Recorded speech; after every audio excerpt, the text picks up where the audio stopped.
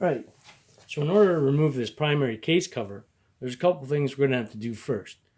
We're going to have to release the tension on the clutch cable. We're going to have to remove the shifter lever. Mine is pointed backwards because of the position of my foot pegs. We're going to have to remove this large nut which would have held the foot pegs originally. We're going to take the two plugs out. We're going to drain the primary case oil. The primary case oil is drained from this plug here.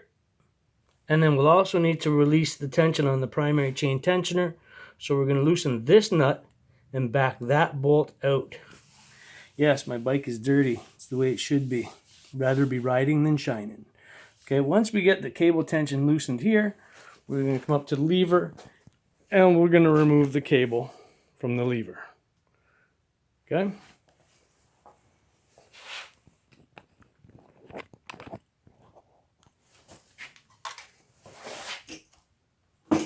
It's not a super difficult job to do here.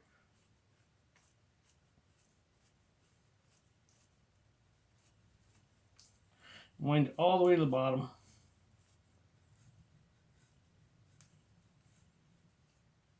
Just like this.